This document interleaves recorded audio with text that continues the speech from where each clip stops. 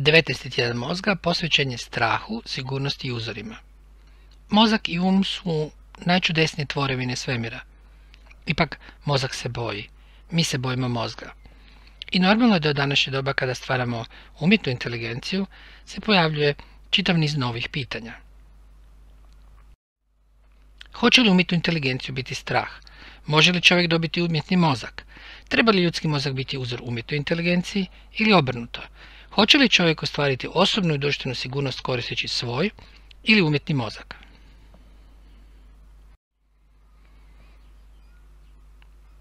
Strah je skupni pojam za srodne emocije od opreza i uznemirenosti preko nelagode i bojazni, tjeskobe, strepnje i zabrinutosti, sve do pojma strah u užem smislu te riječi.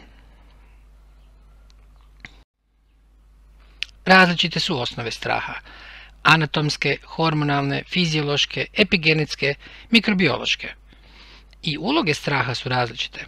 Od nagonske uloge straha koja nam omogućava da zadržimo integritet, fizičku opstojnost, preko regulacije od našeg osobnog ponašanja, sigurnosti u prirodi i društvu, ostvarenja društvenog statusa i sl. U ovom razmatranju ograničit ćemo se na nešto što možemo nazvati kognitivnim aspekti straha. Ljudi se oduvijek bave problemom straha. Marie Curie je rekla da se ničega ne treba bojati, samo to treba razumjeti. Što više bolje razumijemo, manje se bojimo. Ili ono što naš um ne razumije, ili obožavamo, ili strahujemo od njega. Hrabrost nije odsustvo straha, nego prosudba da je nešto drugo važnije od straha. Strah je kreacija našeg uma. On ne postoji sam po sebi. S obzirom da je on samo izmišljotina, ne treba se s njim boriti, već ga treba razumjeti. Jer razumijevanje je ključ slobode. Kada shvatimo kakvu odluku trebamo donijeti, kad se s tim pomirimo, strah se smanjuje. I očevi suvremene filozofije, Platon i Aristotel, razmišljali su o strahu. Tako je Platon rekao da je hrabrost kada znamo čega se ne trebamo bojati. A ovo razmatranje se zasniva u dobroj mjeri na Aristotelovom pogledu koji kaže da je strah bol koja proizlazi iz iščekivanja zla. U današnje doba užurbeno stvaramo nove tehnologije, čudesne, koje pomažu i stvaraju mogućnosti kojih do sada nije bilo. Nije stoga čudno da se pitamo hoće li umjetna inteligencija i roboti biti naš dobar sluga ili zao gospodar.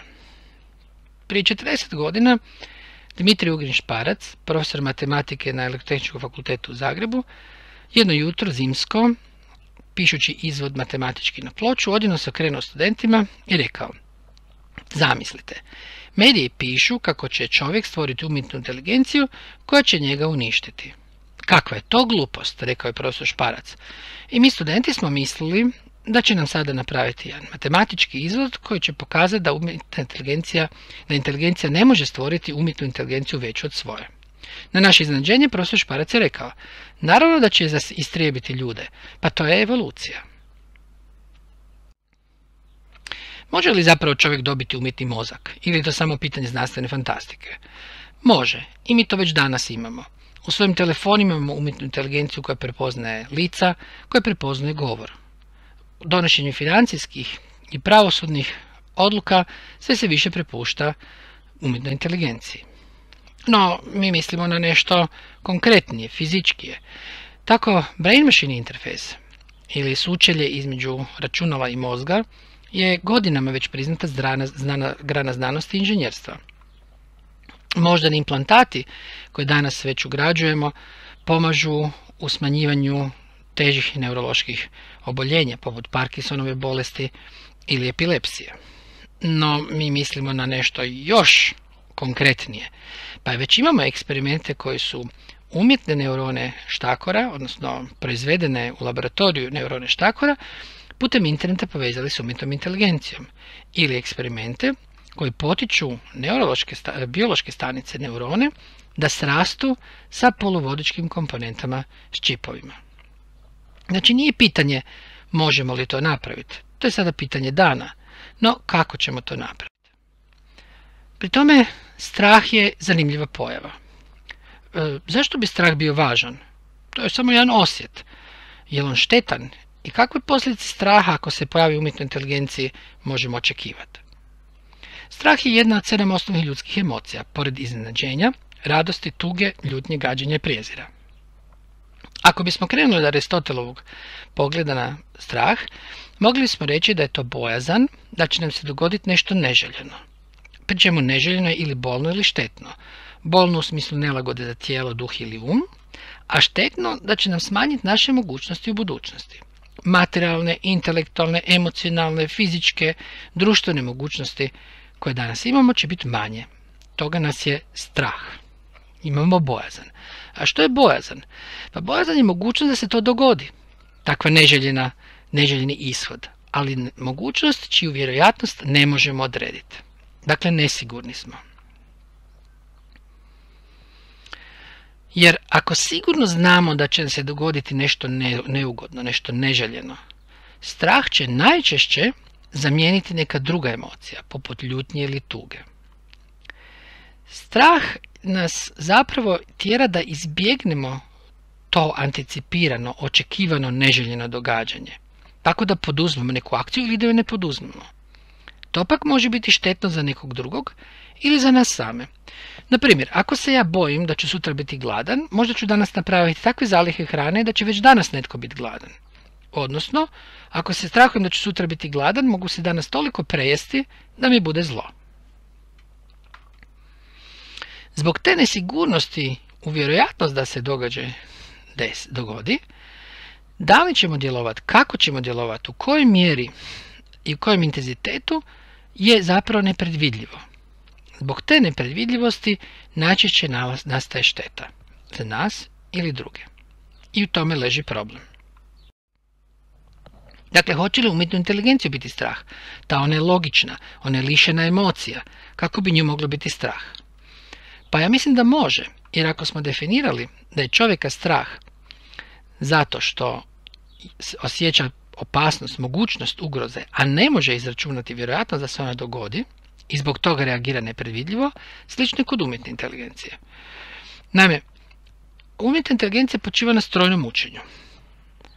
A to je zapravo kada računalo radi neki algoritam, izvršava algoritam kojeg je napravio čovjek, koji obrađuje veliku količinu podataka koju inače čovjek recimo ne bi mogao možda, s namjerom da se zapravo prepozna neka pouzdana pravilnost u podacima ili da se donese neka odluka. E sada, ako umjetna inteligencija ne može izračunati vjerojatnost tog događaja ili ako više mogućih ishoda ima sličnu vjerojatnost, onda će i odluka umjetne inteligencije biti nasumična, dakle nepredvidljiva. A to je identično onome kako se ponaša čovjek kojega je strah. Treba li onda ljudski mozak biti uzor kako ćemo napraviti umjetnu inteligenciju ili mi možemo od umjetne inteligencije nešto naučiti? Problem je što mi ni približno ne znamo kako mozak zaista radi.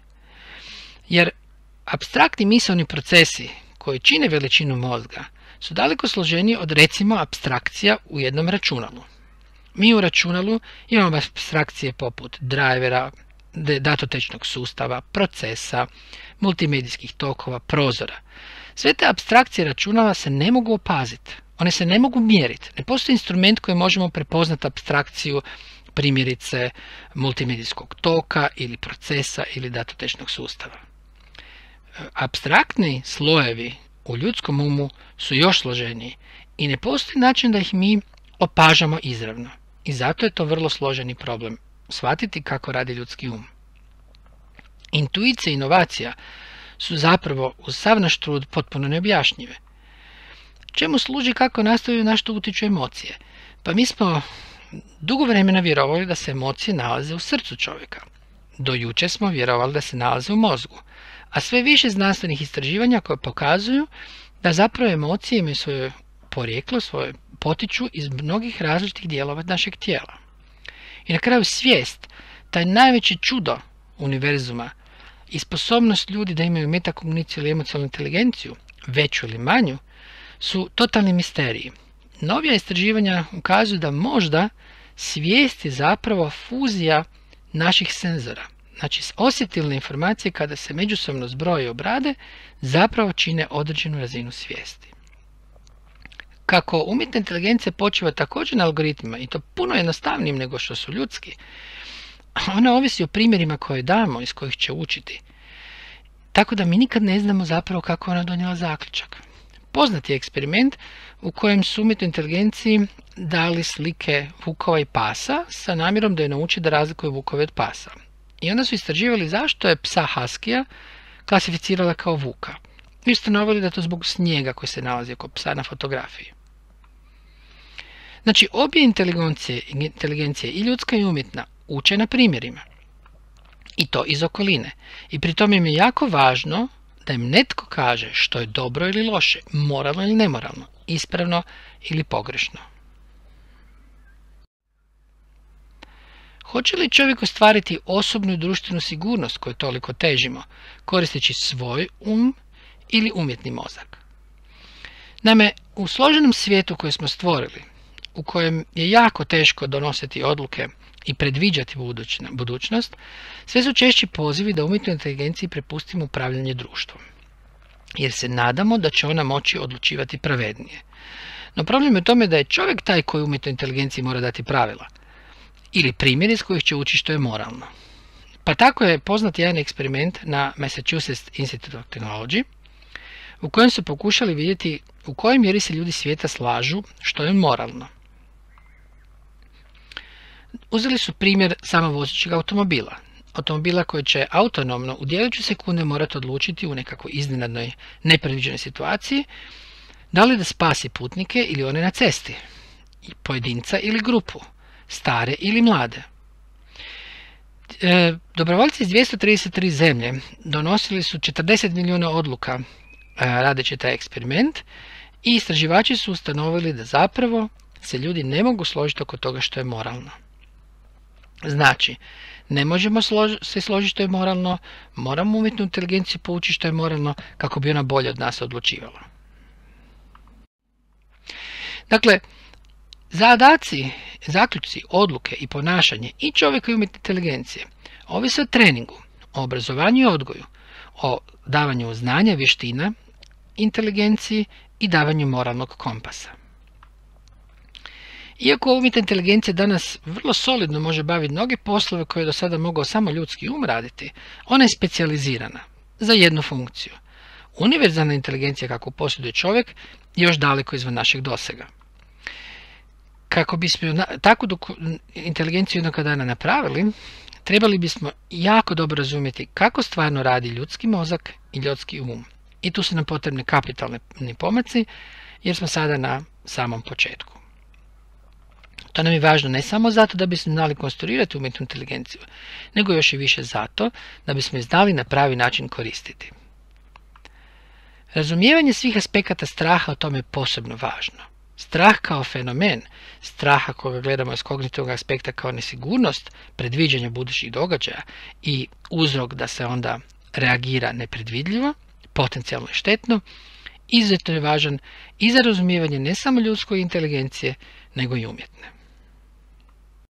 I ne zaboravimo, jedina stvar koja se stvarno treba bojati je sam strah.